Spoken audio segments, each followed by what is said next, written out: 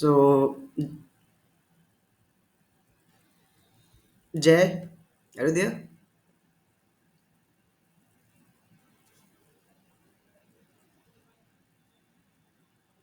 Hello, Jay. So, Yes, okay. Okay. So, first of all, very good evening to one and all. So, as it is time now, 7 p.m., we can start our session. So, again, first of all, very good evening to all. I am Tapas Sarkar, convener of today's session. Um, Before the formal commencement of the session, I would like to introduce our platform or the Scholarly Chronicle Research Forum.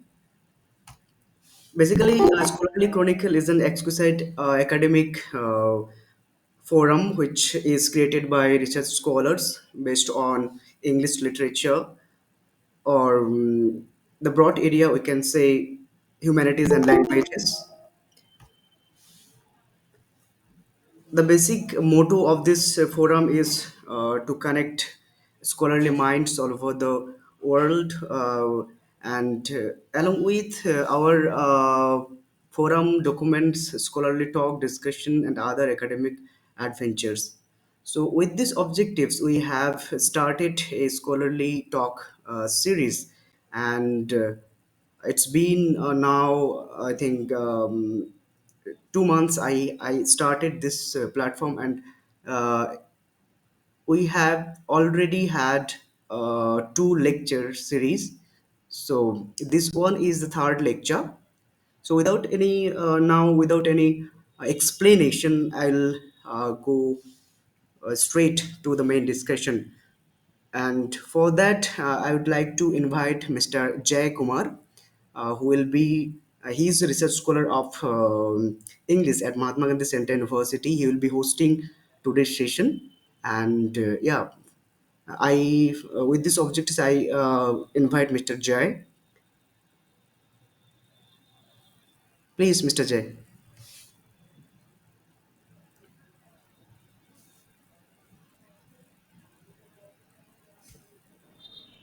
yeah, thank you, Tapas. So today's session, we are first of all I am welcome you all to the third lecture of the scholarly talk series. The topic we are going to discuss and listen to the speaker. The speaker is going to talk about the topic right to religion in secular India. Today we have a very distinguished speaker. He His name is Mr. Kumar Piyush Pushkar. Actually, many of us who belong to the area of education or most probably in the area of universities, we have a quite uh, engaging discussion in this talk series. In the last two series, we have witnessed many of you have joined in the talk series last two lectures of this series. So you have witnessed how this scholarly talk series has been going around. So today's we are going to listen to Mr. Piyush Pushkar. So I think within a minute, 1 minute or two, he will join us. So we will wait and then we will begin formally with his talks. So just be a couple of minutes and we will join by the speaker.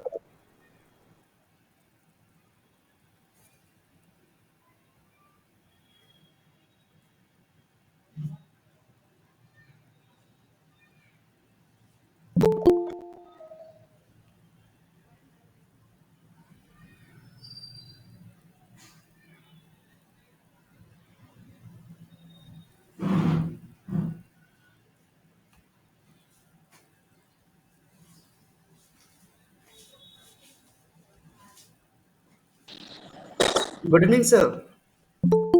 Good evening. I'm audible. Yes, yes, sir. Yes. Now we may proceed further. Yeah, due to technical glitch, I could not able to join earlier. Now everything is fine. Even I am audible. Yeah, yeah, it's audible. Yes. So should I start now? Yeah, yeah, sure, sir. Yes. First of all, it is absolutely a delight to be among all of you. And of course, I think that this effort which you guys have taken up, and this is wonderful. I have seen it in Delhi, but of course, very rare is I think instances when all such thing happens in Bihar. So of course, I think this is a means a wonderful initiation, right? And for this, of course, I first like to thank you and Jay.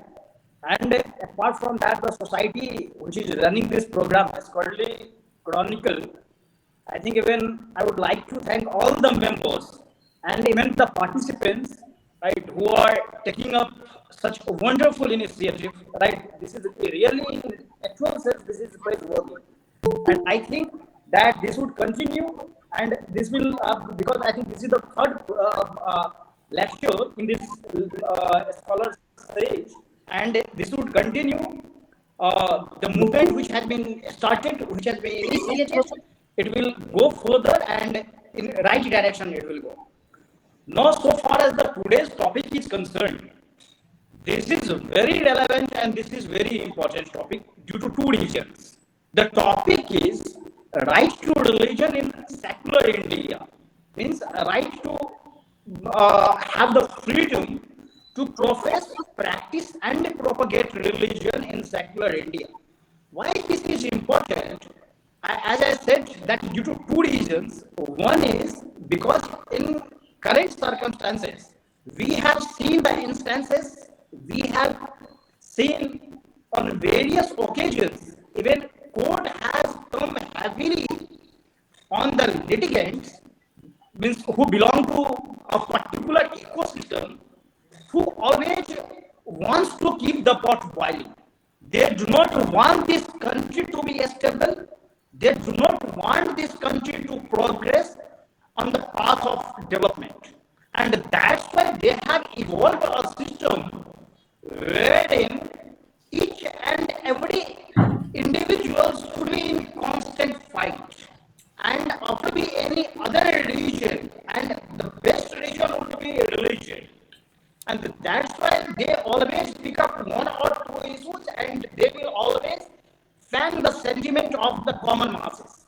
So that's why this topic is very important to understand that how this ecosystem works. And despite the fact, the second reason is that despite the fact we have been given the right, means under the constitution, you have already, because all of us are scholars, all of us are in like in our resource courses, so we read constitutional right given to us, but like there the examples are very few when even I have seen it in the courts, even I have seen, means like as being an advocate, as I appear in various courts, and I have seen it that even advocates are not aware about their rights. I have seen that like most of the educational classes, because we always talk about the common masses, and we always talk about their ignorance about the rights and the duties. But unfortunately, in this country, even the most of the brilliant intelligentsia, even they are completely unaware about the rights. So that's why it's very easy for someone to manipulate it, means manipulate the rights given under the constitution. And sometimes where I have seen that those rights, means those people have just turned the rights upside down, and they will means instead of means telling you about your rights or giving that prerogative, they will just means manipulate the thing in such a manner that you will start thinking about your burden, not about your right. So that's why these are the two basic reasons. That's why this topic is important, and that's why it is important for us to understand that what is the meaning of the basic term which is involved, means which is mentioned in the topic. One is that right to religion means right to freedom of religion in that sense, and the second is secularism. So far as the right to religion is concerned, there are very important definitions. One is the religion, and second is dharma. Because if you see the Hindi translation of the constitution, you will, because in that context, the religion, the term religion is mentioned only at two places in the constitution, under Article 25 and Article 26. Apart from that, nowhere the term religion is mentioned. So, the exact meaning of the term the secularism is panth nirpeksha. So, here in constitution, normally we treat the meaning of the religion as panth, means way of life, not dharma. So, whosoever tells you that the meaning of religion is dharma, I think somewhere they are lacking this point, and I think that completely they are misunderstanding the fact that the religion and the dharma are two different connotations, having two different meaning, and there is a world over difference between these two concepts. So far as the term religion is concerned, this is a narrow concept. Narrow concept in the sense because in a democratic setup where we have the state is that not to intervene into private affairs of an individual. Because I am aware that most of you have heard about the social contract theory. Social contract theory says that we as a people, means we as a citizen, have already said some of our rights to the state in lieu of the protection which is being given by the state to us. So, means there are certain areas where state can intervene to maintain a law and order or otherwise to make the society stable. But there are certain private areas wherein states are restricted to interfere, like on large basis. Of course, if things required, then in that scenario, state can intervene, and that is already contemplated in the constitution itself. Because, like, if you will say Article 25 for that matter, there it is written that there are means each and every individual is having rights to freely profess, practice, and propagate religion subject to these four things.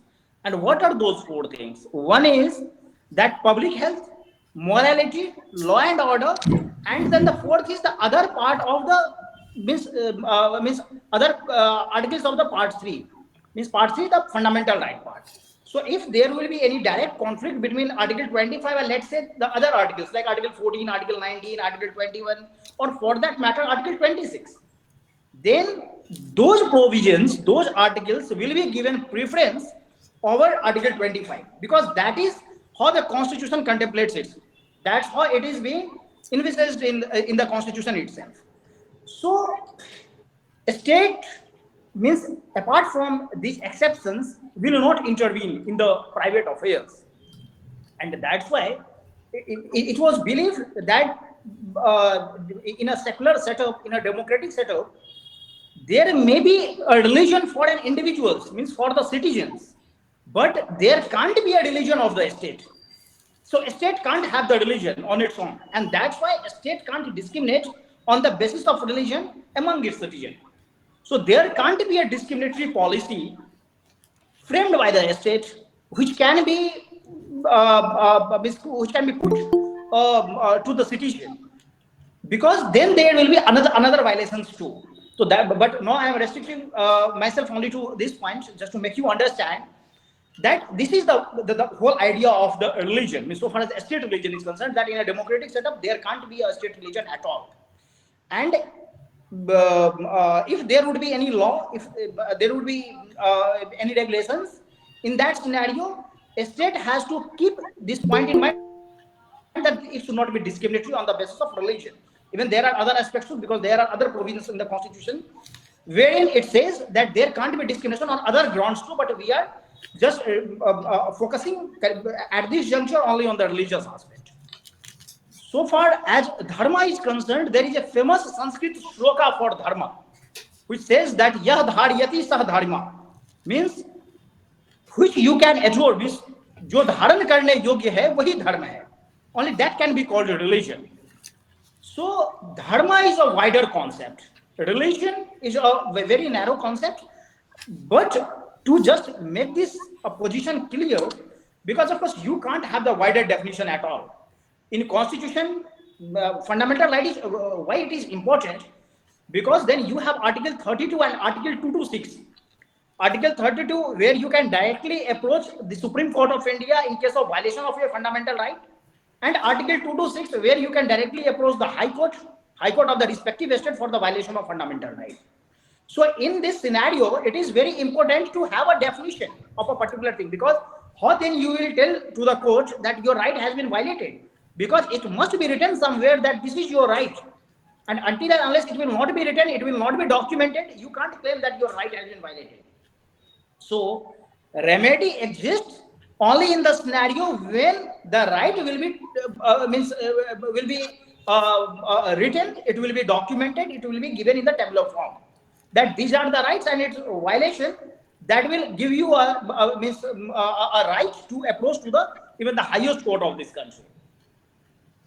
For your information, I am just giving here only making one position clear, that under Article 32, of course, it is written in the Constitution that in case of violation of Part 3, means in the fundamental right, you can directly approach the Supreme Court of India. But after independence and with the convention, the convention which followed thereafter independence, right? And because we are in the 75th year of independence, so here court put a rider, and court has said that means, and in catena of judgments, court has delineated it. Court has underscored it that only in the scenario if this is a writ of habeas corpus, means your personal freedom has been curtailed.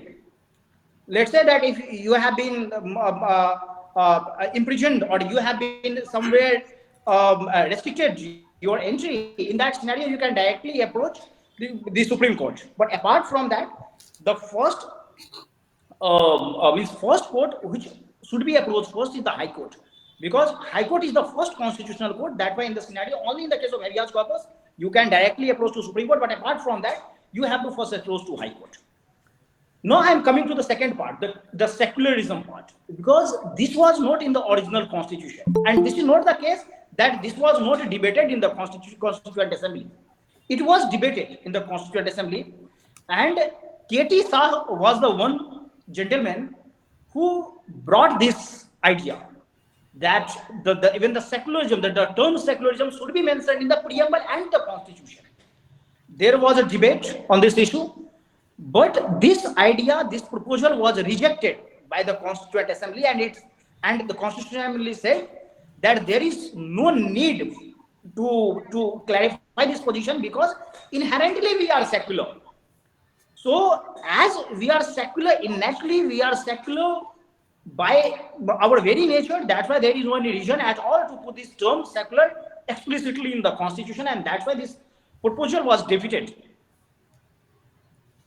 But despite that, after 42nd constitutional amendment, we brought this idea of socialism and secularism in the preamble itself, and we have written it explicitly that we will follow this idea of secularism in that sense. But this is not a case that without mentioning this term in the preamble, we were not following it, or even otherwise we were not secular earlier. That is not the case here. We were secular because our basic ethos says, and in this country you will see, because see, I want to one thing here in addition, right? I want to tell you that in this country, democratic ethos and secularism, of course, here is in narrow sense, but I am talking about in the wider sense even, that is inherent in each and every particle here in this country. And that's why we have seen in the most of the hardest cases, whenever anyone sought refuge in this country, we have means wholeheartedly with completely open arms, we accepted them. And there is not a singular example anywhere in the world when you will find that other countries are also doing. Of course, no, they are doing it due to various other reasons, but we are practicing this philosophy since inception, since time immemorial. And that's why you will see different examples when means someone is being persecuted in their own country, but we are accepting them. So just only due to the reason that means someone thought it for his or her vote bank politics that this particular term should be mentioned. That's all right. At this juncture, I do not want to go into politics of secularism, but yes, this was completely an unnecessary exercise, and it was not required at all because even without mentioning the term secularism, we were inherently secular, and there is. I do not find it means any difficulty even to say that. Now, I am coming to the most important part that what are the rights which have been given under the constitution when we talk about the freedom of religion, right? And how that right is being protected, or where somehow this right is being infringed in that sense. See, if you read Article 25 for that matter, and I am reading it for you. Article 25, it guarantees, of course, the freedom of religion to all persons, and it says that subject to public order, morality, health and other provisions of this part, means part 3 of the constitution, everyone is having means freedom of conscience, means whichever religion you want to profess or practice, or otherwise if you do not want to follow any religion, if you want to be the atheist, then even means you are free to do so. And second is that you are permitted to freely profess, practice and propagate your religion. Now, here the term propagate is very important. See, unfortunately, we are living in an era where hypocrisy is the order of the day, and you will find like different various examples. And I think this is the reality of our laws too. On the one hand, Constitution says that you can propagate your religion, perfectly fine. On the other hand, you say that under Section 295A, if someone's religious sentiment will be hurt, then I will be prosecuted. Now, how it is possible that I will propagate the religion and someone's sentiment will not be hurt? Because let's say, for example, assume that there is a crowd and I went there just to propagate my religion. Of course, it might be possible that someone, means some of the members of that crowd, when they may accede to my request, or whatever I would say. Of course, there is both the possibilities that whether they will agree to it or otherwise they will just reject the whole theory. So whosoever will agree, there is no any difficulty. They may accept it. But there are others who will not agree to my position, and whatever I have said, it might be difficult for him, and it may hurt the religious sentiment. So then he would go to a police station and he would say that this fellow was preaching something which has hurt my religious sentiment. Now, in this scenario, there is direct conflict between these two rights. So, on the one hand, you are saying that I can propagate my religion. On the other hand, you are saying that I will be prosecuted for hurting the religious sentiment of someone else. So, this is the inherent difficulty. And that's why when the Constitution, means in Constituent Assembly, when this clause was being discussed, at that time there was very hue and cry on including this term of this term propagation, because like there were many members like K. Munshi and others who were not in agreement with the others to add this term in this article, because they were saying, and of course as they had already witnessed the menace of missionaries at that time, and that's why they were completely against this idea of of including this term propagation, because they were thinking that due to this poverty, due to illiteracy, high illiteracy in the constitution, means in the country, it is not everyone, right, to understand the basic principle, to understand everything, what means in that sense that what is good and what is bad for them. That's why they said that there is no such requirement of this right of rights to propagate your religion, and it should not be included. But of course, due to pressure of the missionaries and their representatives, finally this term was included in the constitution. Now, there are some of the definition which is very important in this sense, because if you go to Article 26, now Article 25 and 26 there is only one difference.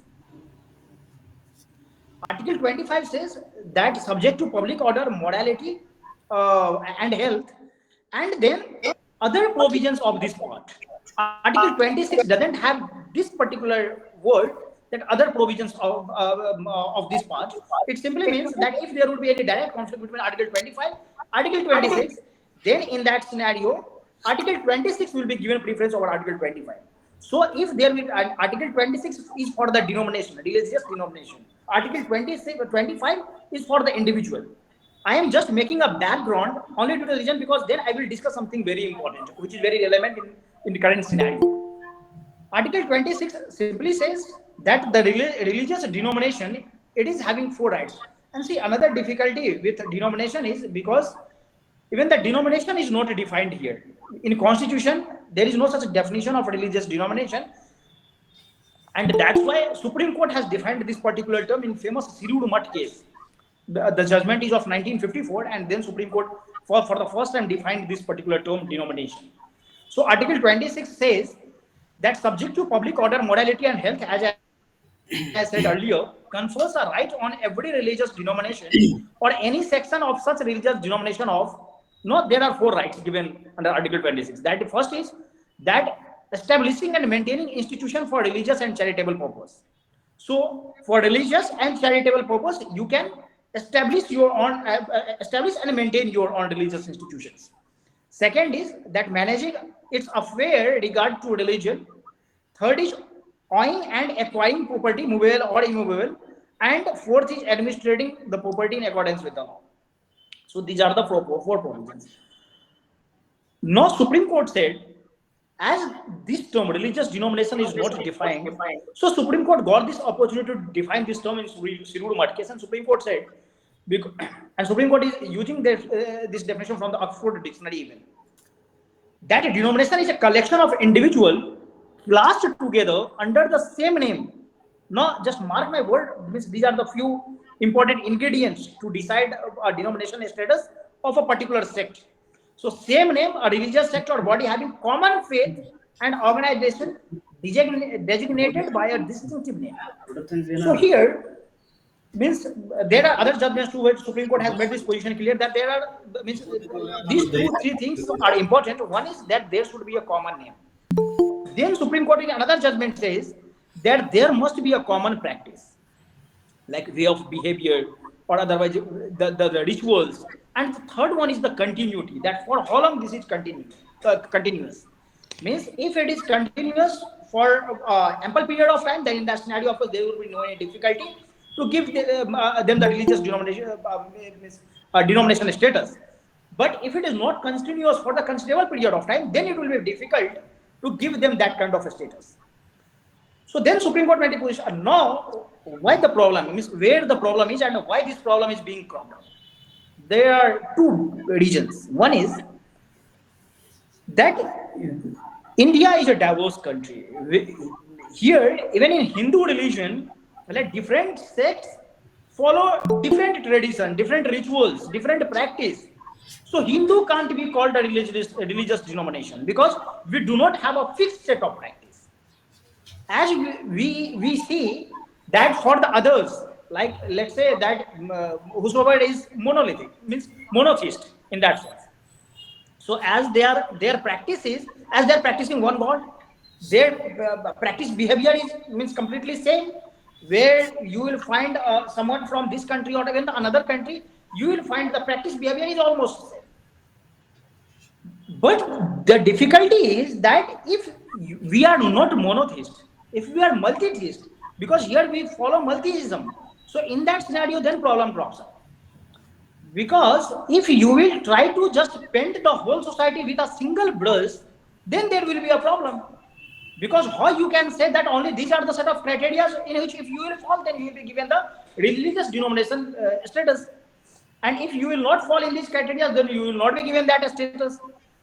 No, there are some further rights, right? So in the constitution, there are more rights which have been given to such religious denomination, and that is under Article 29 and 30, where the minorities are being given the special rights.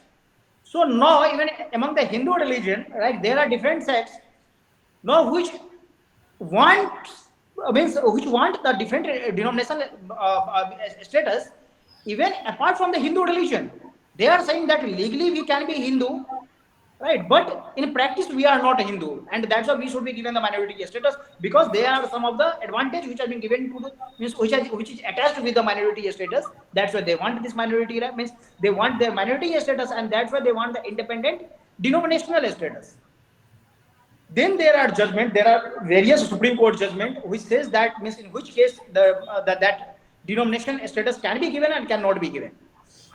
There are of course Ramkrishna Mutt case. Then the other society also from the Bengal, they filed a case before Supreme Court of India for giving this the religious denomination status. But of course, in all those cases, Supreme Court rejected the contention.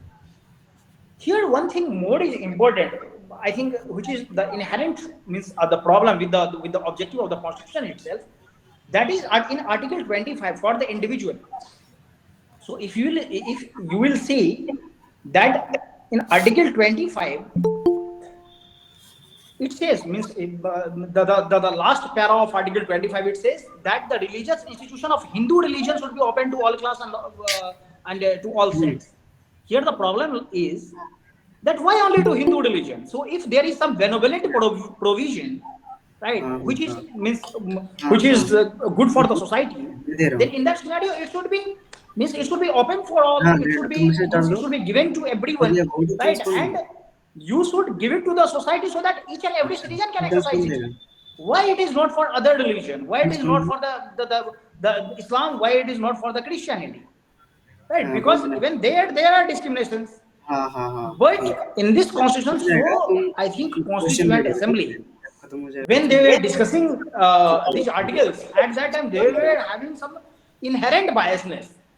Right, that this happens only with the Hindu religion, and currently, means all of us are witnessing a case in the Supreme Court where they say that despite the fact I have been converted from some other religion, but the benefit of reservation should also follow to us, even in the case when we have converted to other religion. Right. So on the one hand, when it comes about the bigger benefit, the bigger class, then you will say that no, there is no discrimination at all. And when there will be a specific means benefit, then you will say no, despite the fact I have been converted to this religion, but still I should get this benefit because earlier I was the OBC or otherwise the SC/ST. Right. So the matter is under consideration. It is sub judice. That's why I do not want to comment upon that. But yes, this is the whole sum and substance. Now I am coming to the main part, that why it is important to understand our rights and duties. It is important first, as we have been means I'm saying it that after independence, before independence, we have been asked to follow one particular set of ideas, and if you will not adhere to those ideas, then you will be branded as fascist, you will be branded as narcissist, you will be branded as parochial, right? So a civilization, because India is a civilizational state, here means the only the boundary, the area can't define this country, right? And even the idea of this country, because the basic philosophy which we profess, right, that is beyond our borders. When we say Vasudhaiva Kutumbakam, right, and fortunately we are having this group discussion when India is having the presidency of G20, right, and the whole motto is Vasudhaiva Kutumbakam. So one earth, one family, correct? So the country which follows the principle of acceptance, you are asking that country to follow the idea of tolerance, right? So acceptance is the wider connotation than tolerance, but despite that, we are saying the citizen of this country to follow the idea of tolerance, correct? And not following the idea of tolerance will make you, right, someone who is completely illiterate, who is not understanding anything, or otherwise who is completely stubborn in its attitude. So that's why it is important to understand, because since years I am personally witnessing, and even we must have heard about the burden which the majority society of this country is facing. That for all the problems, only means only you are responsible. So if you will not follow their dictates, right, then they will say that no, you are the fanatic one, and that's why you are the one who are creating the law and order crisis in this country. Therefore, it is important to understand our rights.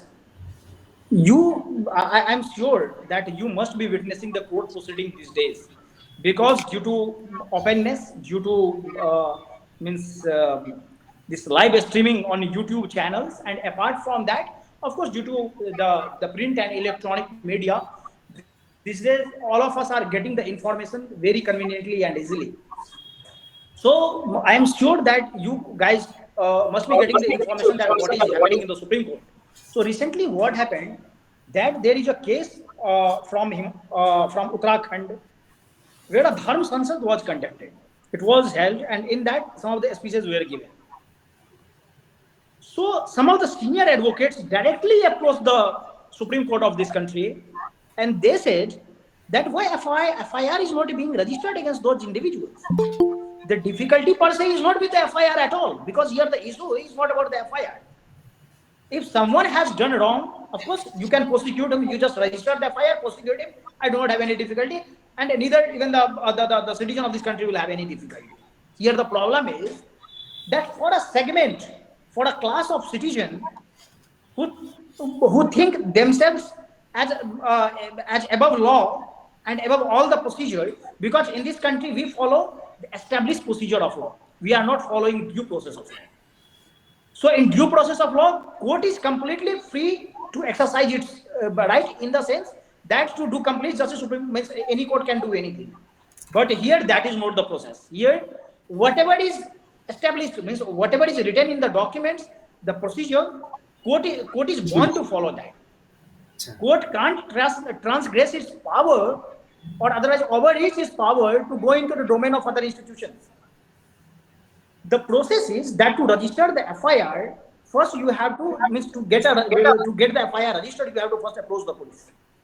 And if police doesn't register the FIR, then in that scenario you first write means that SHO doesn't register the FIR, or the concerned police station doesn't register the FIR.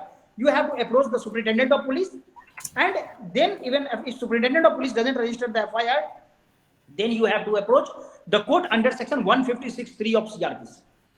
So this is the normal procedure, and you can't bypass it, because under writ jurisdiction power is very limited. That is explicitly written in the constitution itself, that means under which provision and for what reason you may approach the constitutional court to just exercise means exercise your right. Now in this case, despite the fact there were already remedy existing, and they didn't exhaust the remedy at all, but they directly approached the Supreme Court, which is not the process. And in any case, other citizen can't do that, because if other citizen will do that, then Supreme Court will straight away dismiss the petition. But in this matter, Supreme Court not only accepted the petition, even issued some of the notices, and then ensured that the FIR would be registered and that person will be arrested.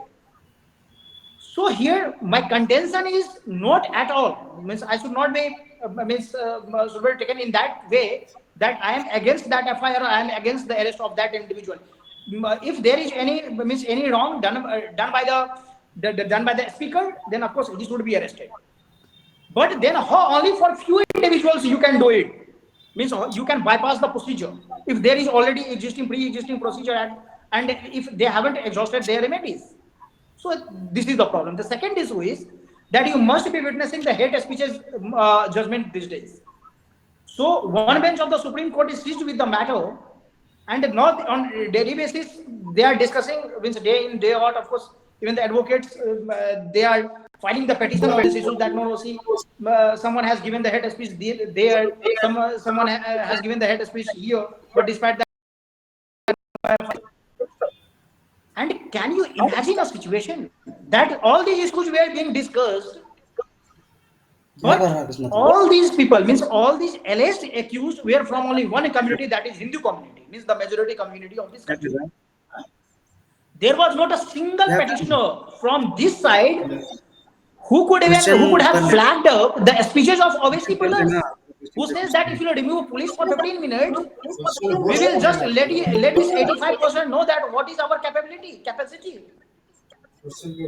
Here, if you have the problem with the hate speech, then bring all those instances of the hate speech without without any biasness, with all sort of neutrality in the matter. But you will not do it only with religion, because that will not satisfy your agenda. They are filing these petitions, they are satisfying their own agendas. This is the problem. And that's why these constitutional courts are being taken up for this topsy-turvy right, only for the specific design and a specific purpose. So their problem lies. And that's why I earnestly request all of you to become aware about the situation. Because only if something is being said by the Supreme Court, by the media, do not follow it blindly. Because even in some of the cases, Supreme Court says only those things which are being presented to it. It might be possible that in some cases, if the advocate will misrepresent the court, Supreme Court or any other court can be misguided.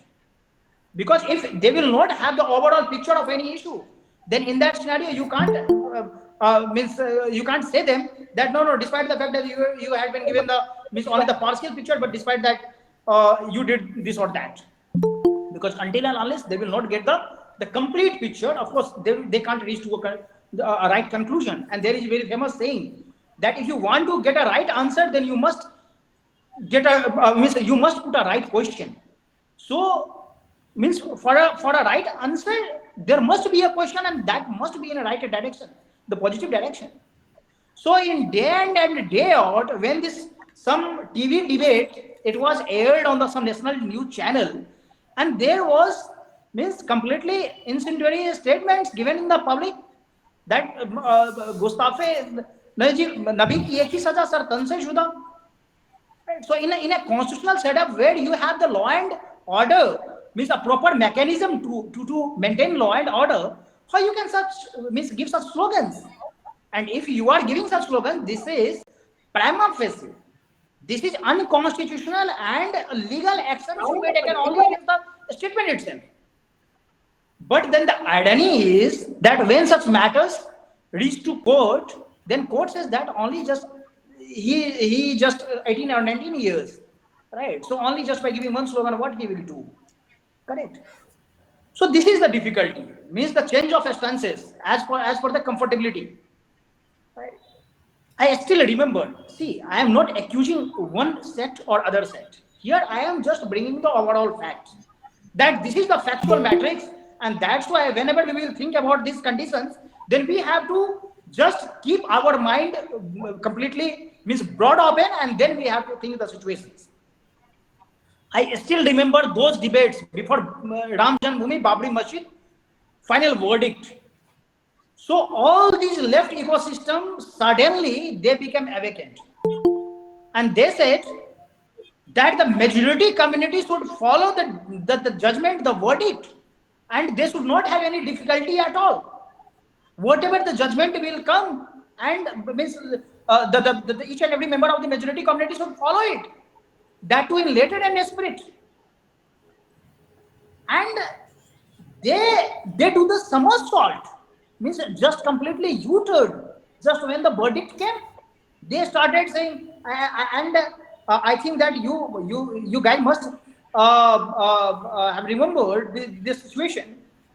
When this judgment came, then thereafter, Owaisi, who day in and day out were in the support of Supreme Court verdict, and then thereafter even the repercussion and the consequences which would be followed by the majority community, that they should follow it. Same Owaisi, he has started saying that no, this is injustice, right? We are aggrieved by the verdict. He has all the rights to of course, to oppose. But then thereafter, he is just a not means he's not a lawyer in that sense. He's not practicing. So just telling his means telling his mind in the public, this will also fan the sentiment of their supporter. So if you are doing this, you are not only doing the contempt of the court, at the same time you are trying to destabilize this country, as the verdict which came that doesn't suit your agenda. The second is, means the second instance is, I still remember that there were various write-ups about this verdict, and then in various programs, seminars, it is being paddled that whatever has been done, this is completely an injustice. And then thereafter, they filed a review petition in the court. Even review petition was dismissed. But still, they are saying that this was injustice. So, how then in this country you think that one segment of the means one segment of the society, they will abide by the constitution, they will abide by all of the laws, the rules and regulations, and other segment will do as per their whims and caprices. So their difficulty lies, and that's why I think that in that scenario, it is very important for you to understand the exact condition, means in which direction we are moving forward. And for this, it is important for you to organize such kind of discussions, means because in our society, this sastarth, the dialogue discussion, this is the inherent part. And even the person of the highest order like Adi Shankaracharya and the other means spiritual and other giants, even they appeared for the Shastrat. They had this Shastrat, and I'm sure that some of the audience, right, who are from the Mithila region, they might be knowing of this fact that the historic debate of Adi Shankaracharya and Mandar Mishra. So all of us must read, must watch the relevant videos, right? That is available, because I think democratization of the IT space and the intellectual space. This has made, I think, very easy for all of us to access those relevant documents and those relevant materials. This is very difficult to hide something, like the hide the truth, right? But for that, it is important for you to know the truth, right? And how you will find that truth.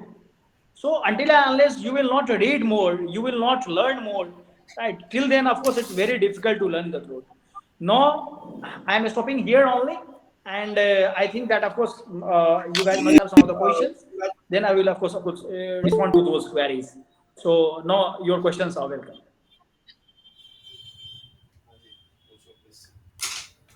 Jay. Thank you, Piyush Bhaiya, for such an enlightening session.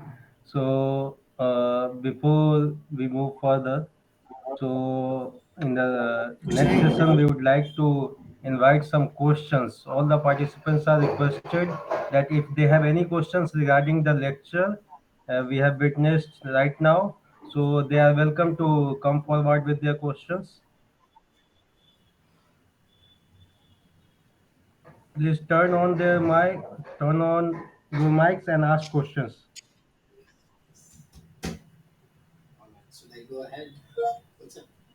In the meantime, they are preparing their questions. So, Piyush Bhaiya, first of all, I would like to Check put में forward a question. Actually, it's a query. We have witnessed in the last 6 months or a year, we have witnessed a debate over the state control of temples. So, you have talked about the right to religion under Article 26. So, can we say that right to religion under Article 26? So, can the state control over temples of Hindus is a violation of right to religion? And if yes, why haven't any significant steps not been taken regarding this violation of right to religion. And if there is no violation of right to religion, then why such hue and cry over such an issue? So, can you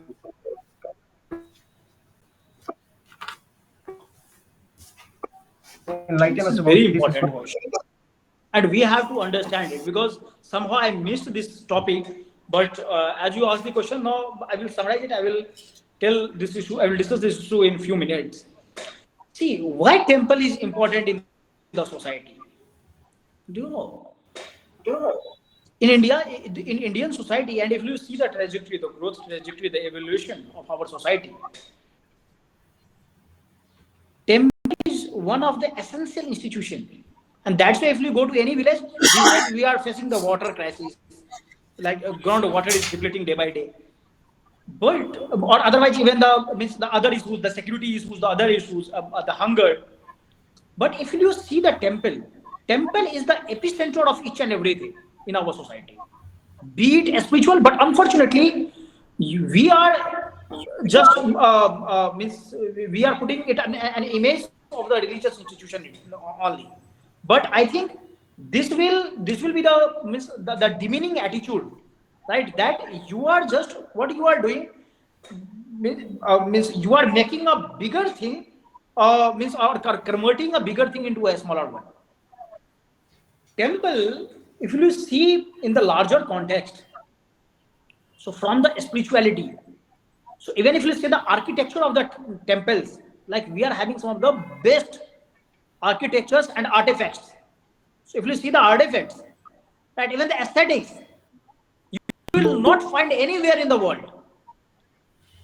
We talk about the Leaning Tower of Pisa. So there is a temple in Varanasi. It is situated means on the angle of 9.5 degree. Leaning Tower Pisa is only set for only I think perhaps 4.5 or 5 degree. So it is leaning at 5. That temple is leaning at 9. Even if you see the height of some of the temples, that is beyond imagination. Just last month, I was in Odisha. I visited Konark temple. There are 3 gates, and each and every season when sun rises, means from first or either the second or the third gate, it depends on the season, the light directly falls on the statue, the idols. Can you imagine anywhere in the world? If you go to Puri temple, I've been there last month. So means it is the architecture marvels, right? You won't find anywhere else in the world. If you see their artifacts, most of it has already been stolen only due to the government control.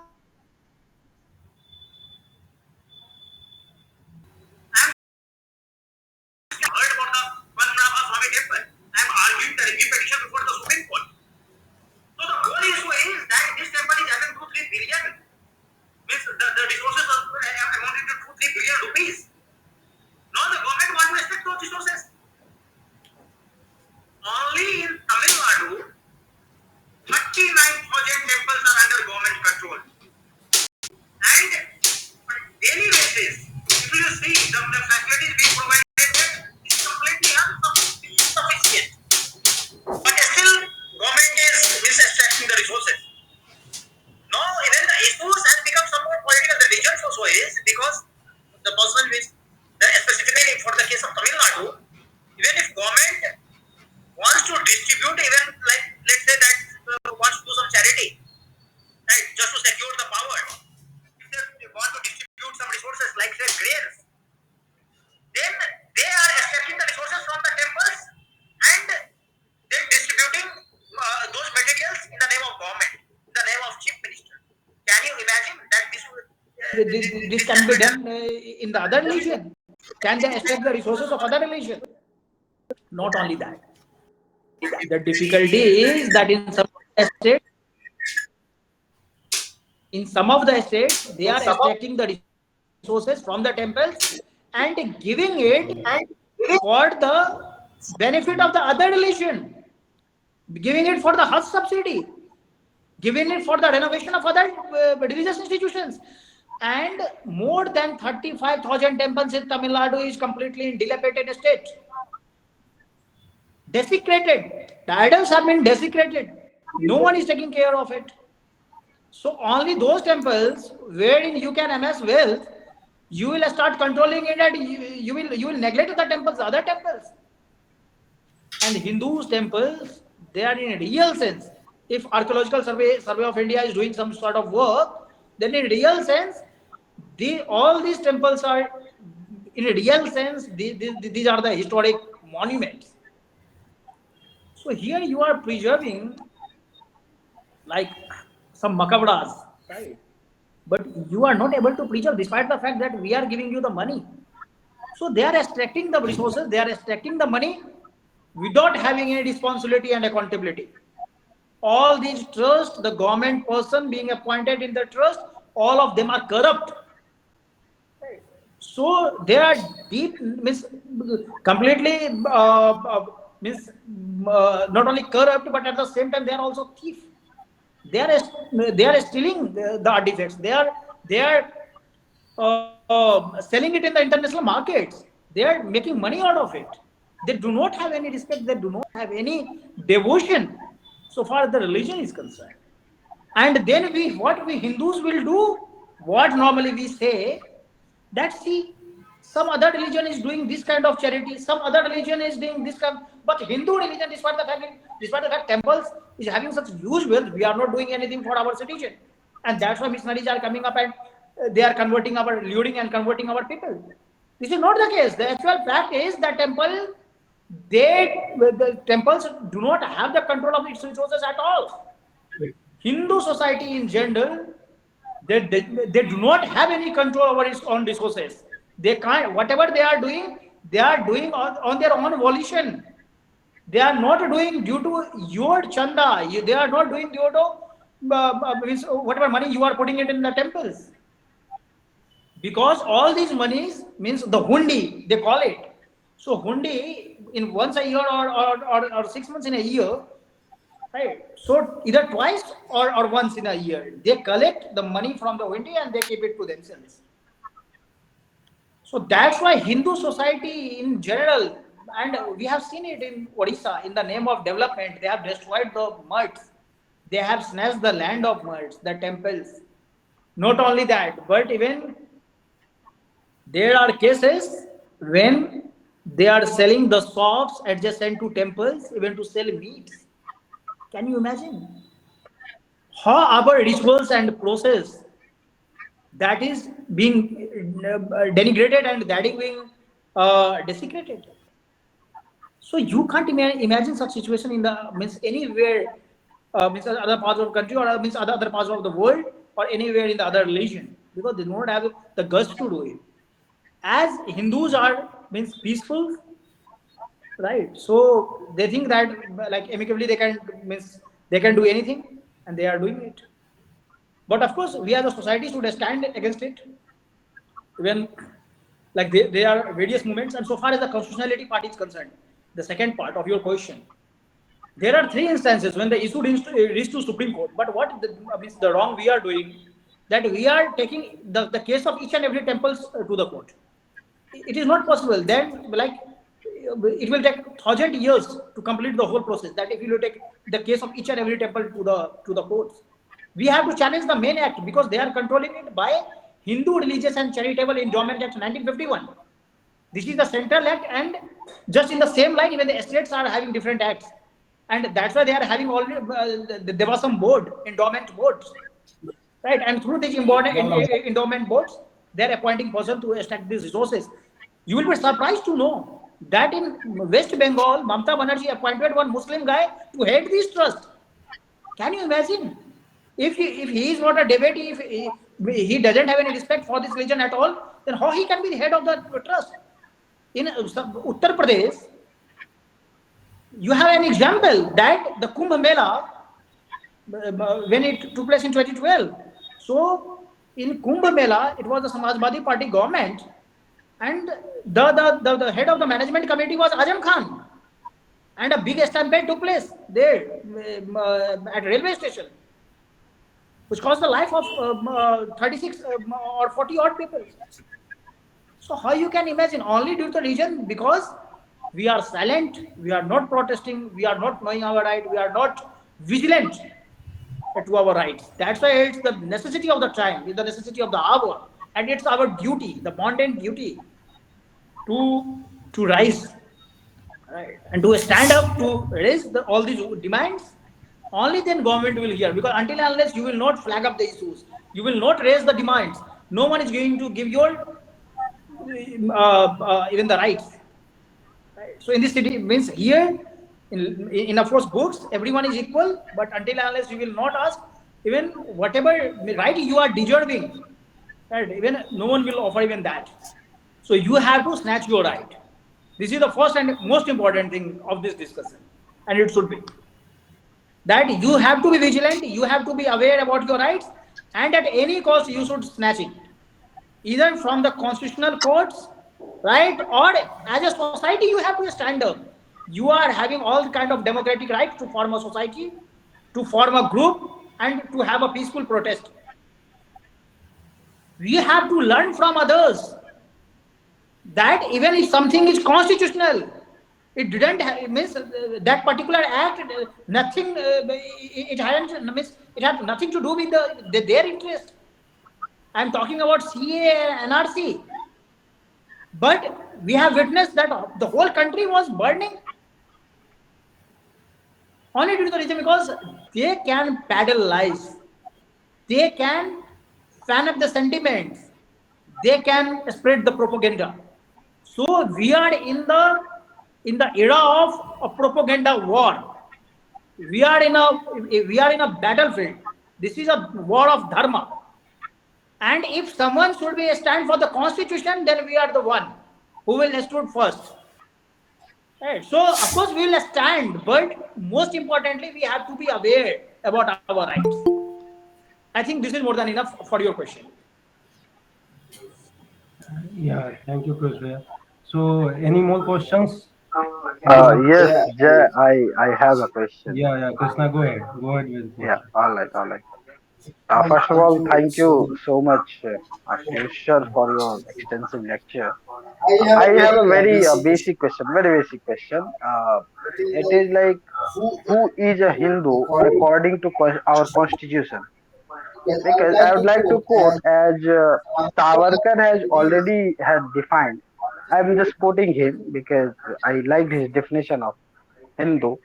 As he says, Asindhu Sindhu Paryanta Yasya Bharat Bhumika Pitribhu Punyabhu Bhushchai Chava Hindu Riti Smrita, which means from the origin of the river Sindhu and up to the ocean in Kanyakumari, whoever considers Bharata as his motherland as well as a holy land is a Hindu. But according to our constitution, what does our constitution say? Who is a Hindu? Are you done with your question? Yeah, yeah, yeah. Yes. See, thank you for this question. This is very important. That unfortunately, only due to our vibrancy, only due to our diversity, and only due to our thought process, we are at the receiving end. Why we are at the receiving end? Because there is no such definition at all of this the term Hindu. And as Hindu is having very diverse system, that's I am sure that you must have heard about the Saivite and Vaishnavite, right? So of course, then they were two different sects. But one thing is sure, means if in the constitution it is not written, but if you ask me that whom we can call Hindu, then the definition it can be of course that can be a general definition, but then you can say that who can believe in the diversity of practice. So Gita says that whichever way means whichever way you follow, ultimately you will reach to one destination. We do not see any path until and unless it is a path of adharma, right? that it will not reach to the logical end. So if it follows the Rakshas path, then of course a different issue. But otherwise, we are the one who not only preach the idols. Okay, in India, there is also one very important facet. Every time we talk about God, in India we do not pray God, we pray deities. And in Sabrimala, that is also an issue. In Sabrimala under the review petition, because this is the main bone of contention, that why women are not being allowed to enter into the premises. Here, the deity means that because God can have different form. In Ayodhya, you are having Ram Lala Birajman, the child Ram, right? So here you pray child Rama, and then in other parts of country there might be some Ram Darbar, or some in other part of country there might be warrior Rama, the king Rama, right? So it is all the concept of the whole concept is of deity, means which form of deity you pray. Similarly, in Sabrimala case, here the issue was about the prayer of Lord Ayappa. So there are more than means hundred and thousands of temple in this country of Lord Ayappa. The entry is not barred per se anywhere except Sabrimala. Why? In Sabrimala, the character of the deity is the Nastik Brahmachari. Means, because if you see the history of the birth of Lord Ayappa of Sabrimala, he's means how he took the birth. He was born after the association of Lord Shiva and Lord Vishnu in Mohini form. So only due to his masculinity, you just see means how masculine that deity would be when you are having the association of Lord Shiva and Lord Vishnu in Mohini form. So two masculine gods. And by means after that association, then you are having this Lord Ayappa. So Lord Ayappa is highly masculine in character. Only due to that reason, the menstruating women is means their entry is barred. That's why women entry per se is not barred. Only the women entry of 10 to 55, that is barred. This is the first thing. The second is that in India there are 11 temples where the entry of one sex or other is barred. There are 6 temples wherein male entry is barred. And we are having one temple in Muzaffarpur even where the male entry is barred. The name of the temple is Parvati Temple. Even in Pushkar in Rajasthan, for 1 month, male entry is completely barred. So, like this, there are 6 temples. To my mind, I believe that the Hindu means that who practice from nature, or otherwise you can say that who pray from nature to various form of deities, and who believe that means whichever path you will follow, if it is not the path of adharma, then you will reach to the ultimate truth, right? And the moksha and the principle of rebirth, that is the reality. Of course, I think if you are believing in all these philosophies, then you are a Hindu. Thank you, sir. Thank you. Jay, may I go ahead with one more, or like should I stop? No, I Yeah, think go ahead, go ahead, go ahead. Okay, okay, okay. All right. All right. So, as in the beginning, you rightly said the word religion and dharma both are not synonymous, right? correct. So then, why the word religion has been associated with our constitution? Because, as of course, the root word of religion is relegate, which means to go at a lower level, and the dharma, the root word is dhruv, which means to hold or sustainable, right? Then why the constitution focused on the word term religion? I think there can be one addition which can be adduced to this is that normally we try to narrow down the whole concept, because if you will means you will wide open the concept, then it will be very difficult to define or to find out the solution. As I said earlier, that if some right is envisaged in part 3, then in that scenario, means because means if constitution is contemplating some rights, then you must have the some remedy to get it enforced, and that's why article 20 means article 32 and 226 is there. Then for it you must have a clear cut definition. So of course for dharma you can't give a means because dharma is a fluid kind of concept, right, which is having very wider connotation. So that's why just to narrow down narrow down that concept, I think the term religion has been used. That has been used only for the two places, and that would have difficulty even religion has not been defined, right? So of course means they somehow means they just brought them out from means one difficulty, but they fall into another trap, and that is the means as they didn't define the term religion, and that's why we see it very problematic these days. Right. But I think the main objective would have been means only the narrow down the whole idea, and that's why means some top means some idea that is dharma, which is very means having the wider connotation and a bigger concept, right? They just narrow it down and they wrote a religion in the constitution. Thank you, sir. I'm sorry for my curiosity. I'll go with one more.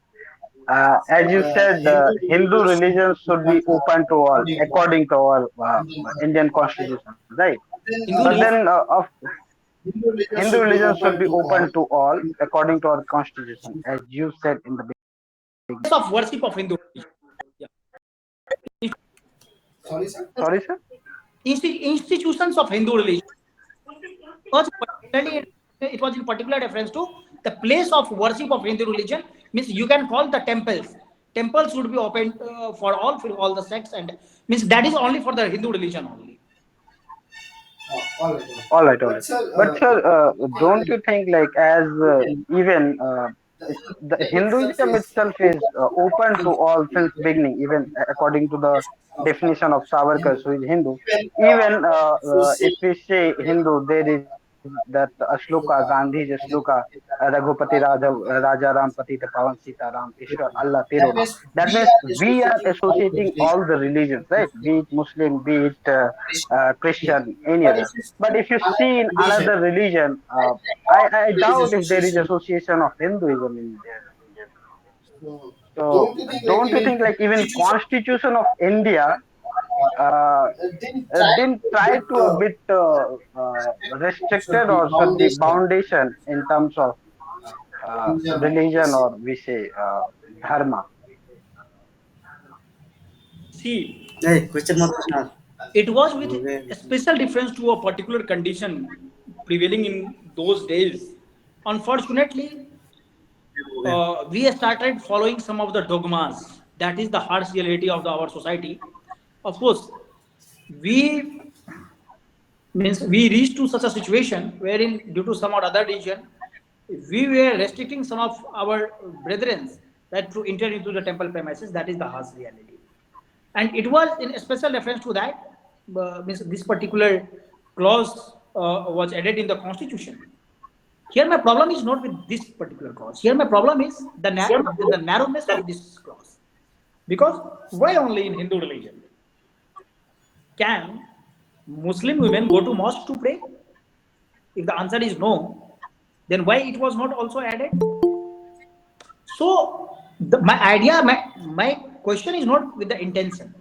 Intention was good because of course there were some of the castes in Hindu religion itself who were not allowed to even enter in the temple premises. That is the harsh reality, and it was being practiced.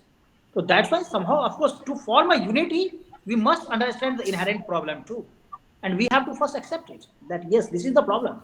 Because if you want to address any problem, then first you have to first agree to that problem, right? Only then you can reach to a solution.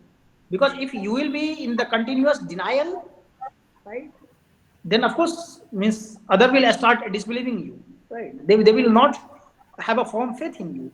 In that scenario, you can't reach to an amicable solution or otherwise the conclusion. The second aspect is that they just put it in the narrow sense only to the region, because I think the problem of the Hindu society that was hovering in their mind, but of course the other societies they were not, I think, very interested into, and that's why that particular means segment was left. I think even those means issues should have been should have been addressed, and that's why even they could have written it that the religious institution of all the religion, it should be open for the all sects, for all the caste, all means whatever the caste or creed or whatever means bifurcation is there in the different religions, the subsections I am talking about. So I'm particular to that only. So far as the Savarkar issue is concerned, yes, you said it right that Savarkar, when he was defining the term means Hindu, he was giving this kind of definition that Pitrabhu and Punabhu, and he was validly pointing the thought. So until and unless you will not have this Pitrabhumi and Punya Bhumi, of course, you do not have your devotion towards this Matrabhumi, right? So I think in that sense, of course, the means the Hindus means character which you are talking about the acceptance which Vivekananda pointed out in his famous Chicago speech, that we are not only following the idea of tolerance but also the universal acceptance, and universal acceptance is the bigger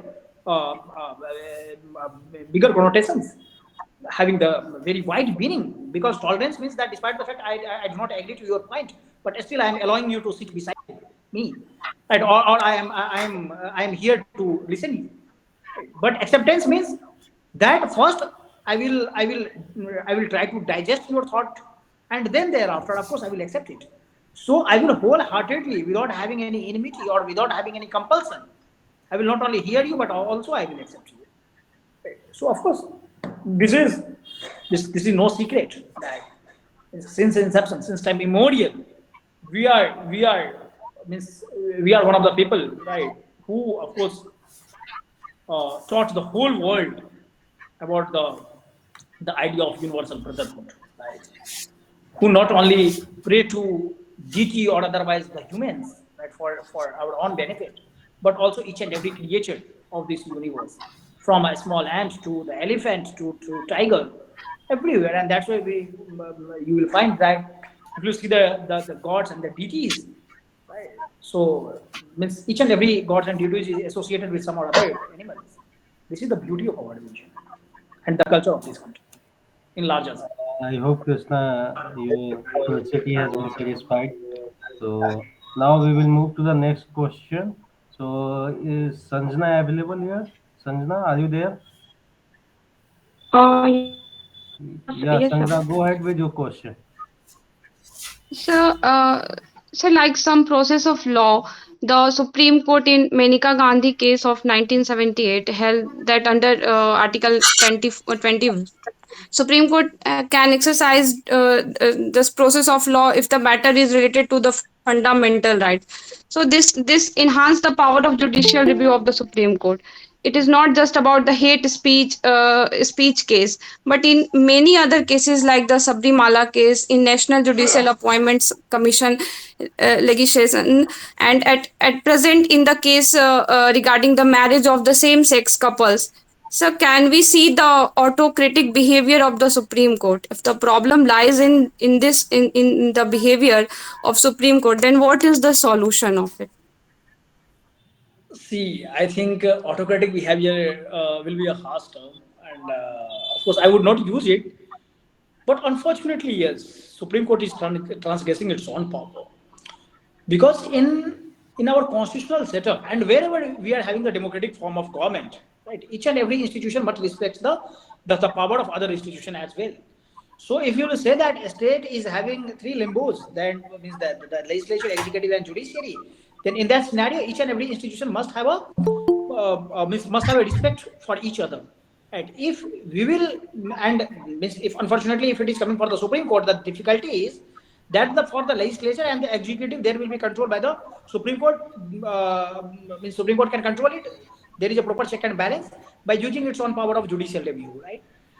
So earlier, of course, you pointed it right that in Maneka Gandhi, the whole issue was the impounding of the passport, right? So the issue was that whether passport can be impounded in such a situation or not. Supreme Court rightly decided in that manner that in such cases means impounding of the passport is the harshest punishment. That's why means this should not be. This should be used very sparingly, and it should be used very judiciously. So far as the issue of judicial overreach is concerned, as I said earlier, that of course one institution must respect the power and the Lakshman Rekha of other institution. At the same time, see, unfortunately, there was an era in Indian politics when we had this multi-party government, the fractured mandate, and due to this coalition era, judiciary started snatching powers from the executive or from the legislature, and that's why we witnessed, because the same Supreme Court, which in SP Gupta in 1982, which said that of course the appointment, the whole issue of the appointment must be remain with the executive, because as Ambedkar has even said that in the Constituent Assembly debate, that the appointment must remain with the executive. So far as the judicial appointment is concerned, the the consultation process can be done with the Chief Justice of India. So there was the consultation only, and you will find it very unique, right? And this, you may call it an irony, that means, I think this is the only example wherein the interpretation of one clause is just opposite to what it says literally. So the appointment process says under Article 124 that the President of India shall appoint the judge of the Supreme Court in consultation with Chief Justice of India, right?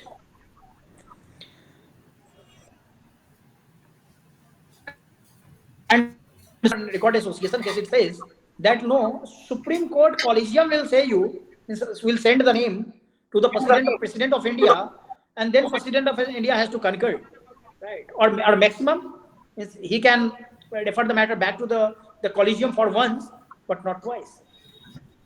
Then in third judge's case in 1998, they said that we want to make it more democratic and more transparent. So we are adding two more members, because in 1992 the total member was in the committee was three, 1 plus 2, and then in 1998 they increased it to 5, means adding two more members. Then in third Advocate and Necessary Association case, when this ANJEC came, so National Judicial Appointment Commission, here it was passed by Lok Sabha by 2/3 majority, none voted against. In Rajya Sabha, it was passes with the 2/3 majority, one absentee. Ramjit Fulani was the member at that time. So he after this discussion, he went outside, and then he didn't participate in the voting.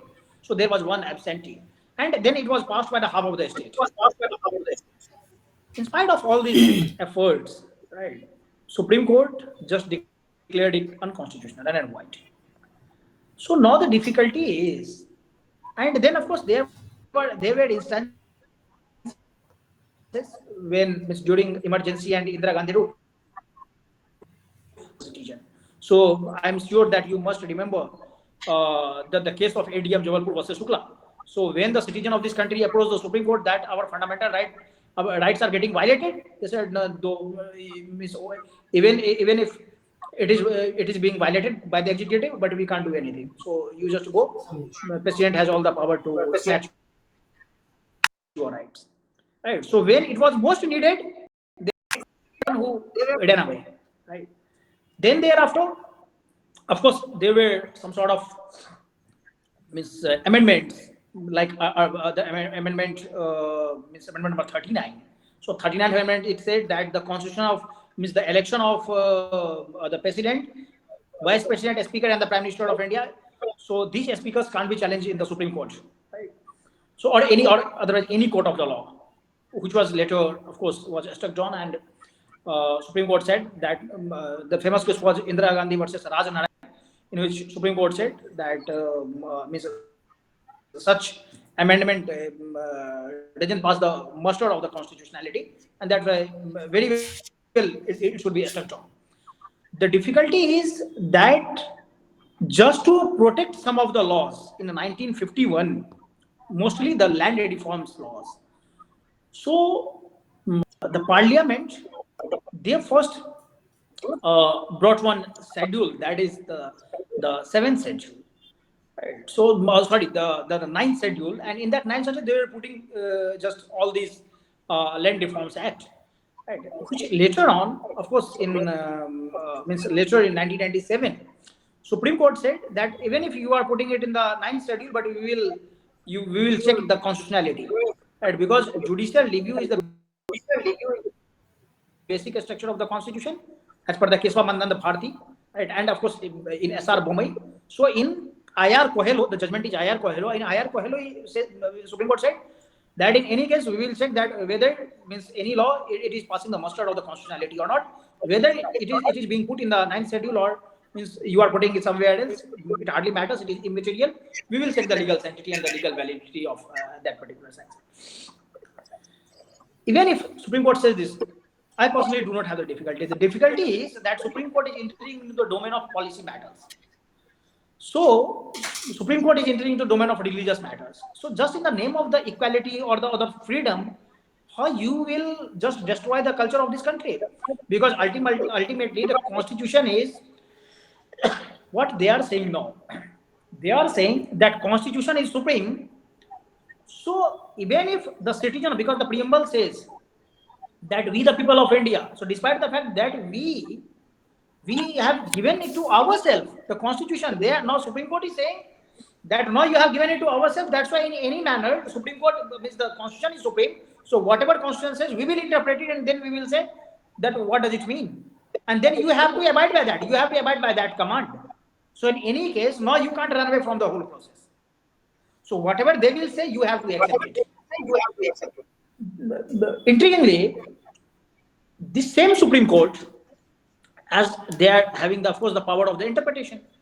So on the one hand, they would say that now as this is one document, the written document that is constitution, we will decide, of course, means the your future course of action, and then what you will decide.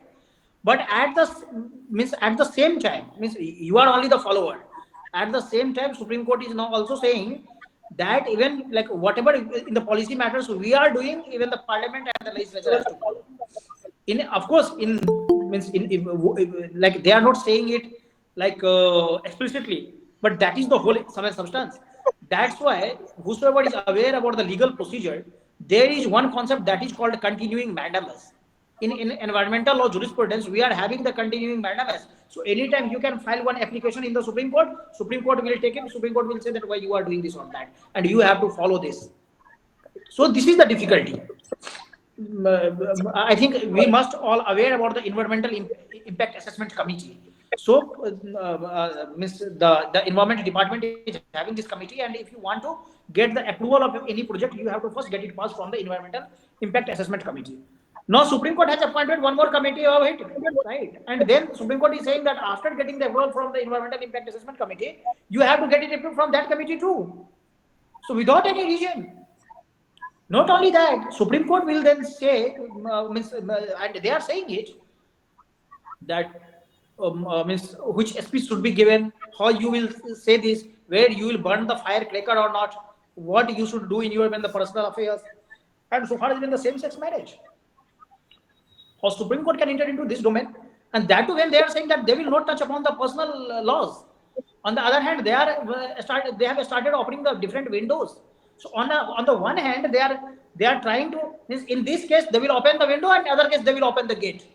Right. So this is their modus operandi. Unfortunate this is, of course, but means we are also very sorry that in this country we are having such kind of politics where due to vote bank politics and due to their personal lust for the power, they do not care about the constitution at all, and that's why means when this ANJAC bill was passed, act was passed, and then thereafter it was challenged before the Supreme Court. Supreme Court just struck it down. Then Congress party came it openly, and then, despite the fact they voted in the favor of ANJAC in the parliament, in the state assembly, in the Lok Sabha and Rajya Sabha, and the same party, when it was struck down by the Supreme Court, it said that no, it is only due to the reason that BJP is in the power. That's why they do not believe BJP, and that's why they have struck it down. What does the matter relate with the BJP and the politics at all? So they are going mad, and only to the reason that the lust of the power, this country is paying a huge cost. I think this may be answered. Thank you, sir. Yeah, thank you. So any more question? We are running ahead of the time. So one more question is invited. So next question, is there anyone?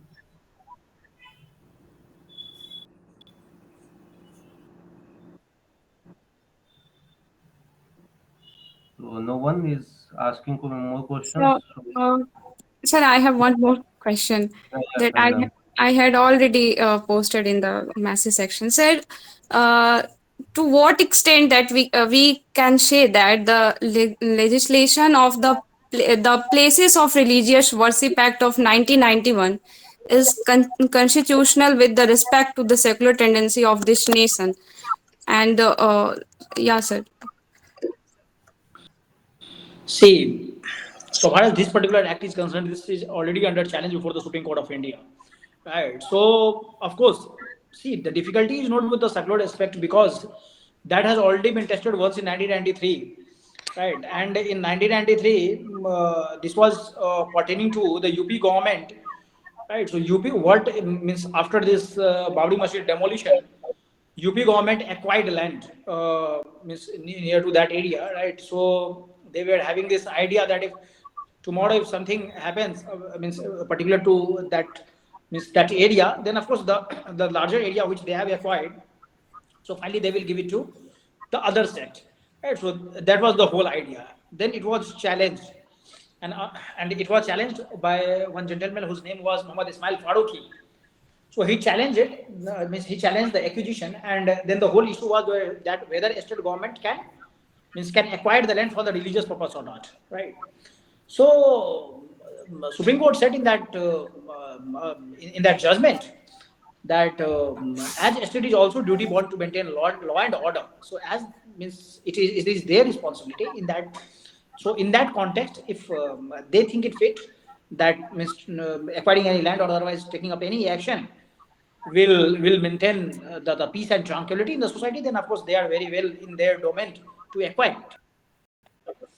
So far as the this particular act is concerned, the constitutionality of this particular act is concerned, I personally think that this is completely illegal in the sense because how you can post facto you can say that no you can't change the status quo of 1951. Right. So means whatever situation was there you can't tell it in the 1991. Either this act should be of 1991 or otherwise this act should have said that at whatever is the state means in 1991. You can't say it means you can't bring one law and then you will say that from that date we will implement it, that it will have the implication retrospectively. No, you can't do it. This is the first thing. The second thing is that even if like the whole issue of Babri Masjid and Ramlala Virajman, it was about the land dispute, right? That who is having the ownership of the land. Similarly, if someone has forcefully acquired someone else's property, right, or otherwise the has means transgressed or otherwise the encroached the land of others, in that scenario, you can't say that this will go till eternity, right? So the any violation of right should not be in perpetuity, right? So in that scenario, of course, means someone will be well within its means his or her legal right to object to that encroachment if there is any such. Then in that scenario, Parliament can't pass a law and then will say that no, whosoever is having the possession of the property will also have the ownership of the property. No, you can't means say it. So that's why I think in that sense, this Act of 1991, this is unconstitutional. I think someone has also posted one question. Jay, kindly check it. Yeah, one more questions have come from Manju Dubey. So Hmm. Manju Dubey, are you there? So you can ask your question yourself, or should I read it from here? Chat box. So Miss Manju Dubey, are you there? Okay, I will read. So her question is, she is asking, please throw light on different benches of judges on major acts like emergency, Babri Masjid demolition, and recently in an examination there was a question about Saha committees related with which act. So her question is related to two aspects. First is the different benches constituted in major acts like emergency, Babri Masjid. So about the benches which has been constituted, and second is the question about Shah committee, which is related. So Which, she asking which committee? Shah committee. She has not clearly mentioned about the committee. So there is some Shah committee. Manju Dubey, can you please be more specific about which committee you are talking about? Yes, So sir. first There we have, was a question like the bench of judges Shah committee was constructed for this purpose. So four options were there: Babri Masjid or some terrorist attack and like this emergency. So I got this answer wrong. So I want to learn something more about. No, no. I think it was commission. Sah commission. It was. Yeah, right. Something like that means for Yeah, this act we yeah, have this. I got. See, so far as the judges benches are concerned, right? In emergency bench, of course, unfortunately, I will tell you some history about that. During emergency, before emergency even, right? So as Keswanand Bharti was already there in 1973. So A and A, he was superseded. Means he superseded the three judges, the three senior judges, and then he became the chief justice. Of course, Indira Gandhi appointed him as chief justice. So when he became chief justice, then thereafter Indira Gandhi asked him to just form a bench, right, so that even the Keswanand Bharti can be reviewed. And as Keswanand Bharti was 7:6, right, so total means the bench was of 13 judges. So Indira Gandhi asked A&I to form a bench of either 13 or 15, right, so that there can be a proper review of the means the proper review of the judgment of Keswanand Bharti and the this idea of judicial review and the basic structure, so that it can be a structure. Then A&I, he already formulated means he decided about the bench, right? So he gave the list of the judges to Mrs. Gandhi, but then Mrs. Gandhi means he was I mean she was in hurry, and she means in complete alacrity she just approached the then president of India, and then thereafter the emergency was imposed. Meanwhile, A&A, of course, and unfortunately, that is the case when this Shukla matter came before Supreme Court, and then of course, as the Indira Gandhi was having the huge control over even the judiciary, so Supreme Court said that whatever president during emergency, if he is doing something, that will means uh, that cannot be challenged and that will prevail. Here, so far, the issue of the Babri Masjid demolition is means the Babri Masjid versus Ram Janmabhoomi is concerned. Of course, we all aware that there were different benches, but of course, day-to-day hearing it took place before a five judges bench, and the matter was heard. So Justice Mishra and of course, like some of the judges, when the Justice Chanchur was a part of the bench, other judges were also part of the bench. Despite the fact that earlier the name of Justice Lalit was there, but as already means Justice Lalit once already represented Advani in Babri Masjid demolition case, so that's why he just recused from the bench and he was not the final. He was not the part of the final bench. Despite the fact that opposition counsel, he said that he didn't have any difficulty even if the Mr. Lalit will be the part of that bench, but Mr. Lalit said that better to, because this matter is very sensitive in that sense, better not to be the part of that bench, otherwise this could be a reason to file a review petition later on.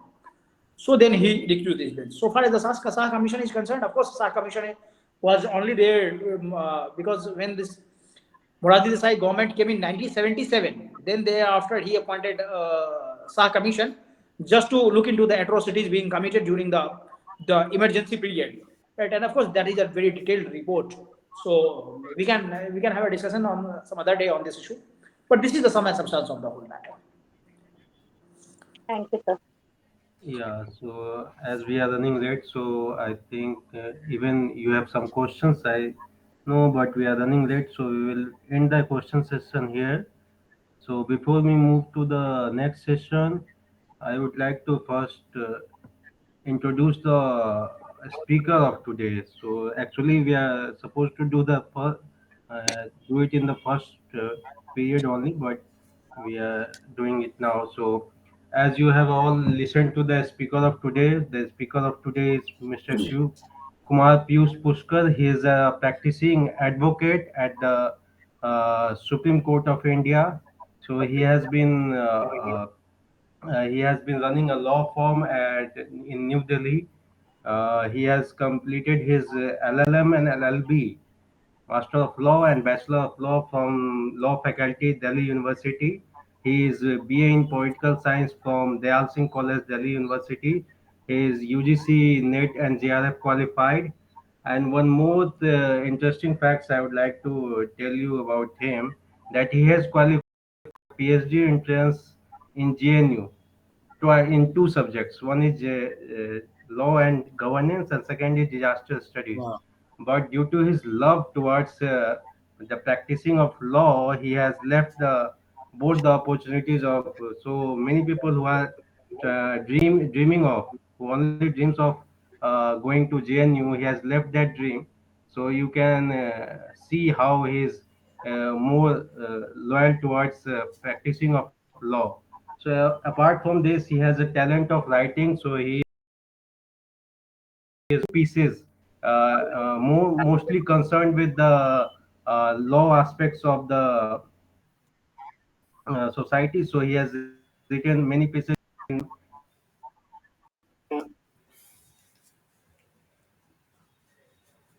a couple of such columns you can read.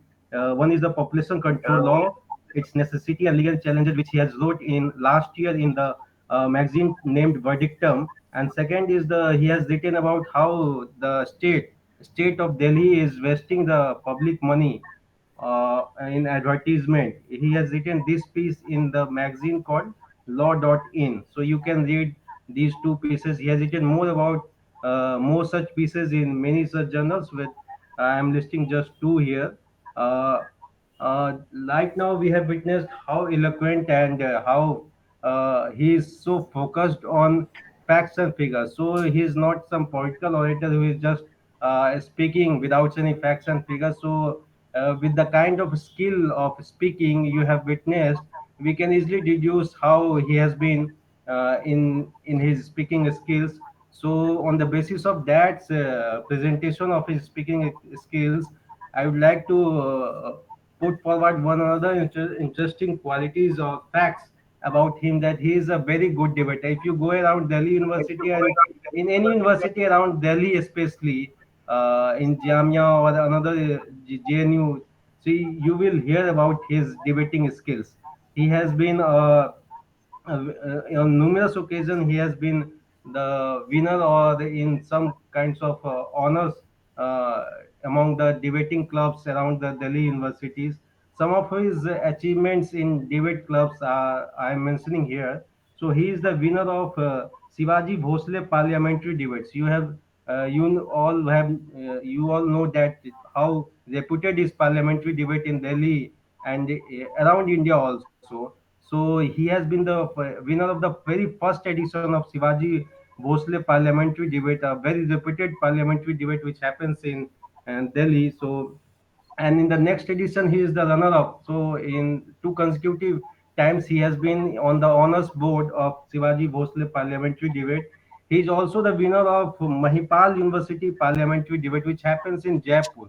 From Delhi he goes to Jaipur, and there he is also a kind of achieved such feat regarding his debating skills. Here, apart from that, after leaving the debate club or after leaving the universities to go to his career, still he is very much active in debating societies of different debating societies around the university. He also chaired many debates societies, which has been many debates which has been organized by the various universities. Some of them are the debate club of Rajdhani College, Satyavati, Gargi, and even his alma mater, Dyal Singh College. So he has chaired many sessions of debates clubs of both parliamentary and conventional debates. So no wonder he has chosen the profession of advocate or law, because there is a much need of such eloquent speakers or such pertinent speakers who raise such pertinent questions and such pertinent issues regarding the uh, social fabric or regarding the burning issues which has been going around in our country. So in the last session, I would like to thank Piyush Bhaiya for such a wonderful lecture, such a pertinent topic, because in the last 3 years, I think we have been witnessing, many of us are witnessing that uh, the issue of religion and secularism, the two key terms in this lecture, we have been witnessing a lot of debates are going around, whether it's Sabrimala, whether it's the right to religion, whether it is the Burqa versus Bhagwa, these kinds of issues we are witnessing, and now we are witnessing, which you have talked about in your lecture also, a kind of religious practices and the religious place worship act. So such kind of issues we are witnessing. So it is a very wonderful uh, time we have. So we have witnessed such a wonderful lecture regarding this topic. I hope you all have got some ideas about what our uh, country's discussion or our country's mindset should be about these issues. So, in the next session, I would like to welcome Krishna Kumar to give a formal vote of thanks to our distinguished speaker. Krishna Kumar, please.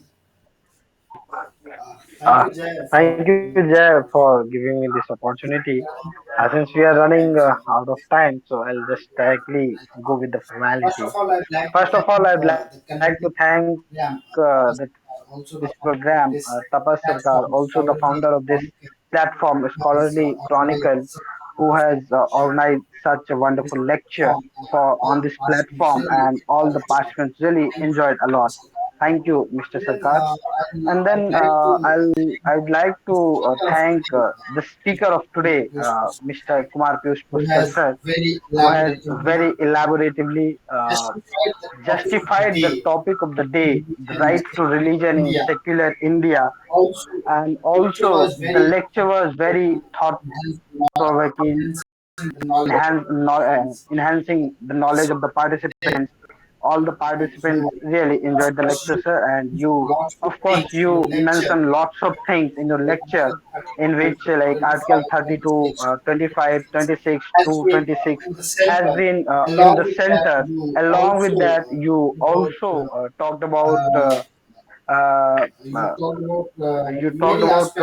many aspects like religious aspect. You talked about Karnataka temple, Konark temple, Varanasi temple, with reference to your examples, of course, Sabrimala case, etc. Thank you so much, sir, for your extensive lecture. And then I'd like to thank, of course, the host of the day, Mr. Jaykumar, for moderating the session very wonderfully and very peacefully. Also, I'd like to thank Pushkar sir again for taking all the questions very patiently and answering all the questions very elaborately with suitable examples and all. So thank you so much, sir, once again.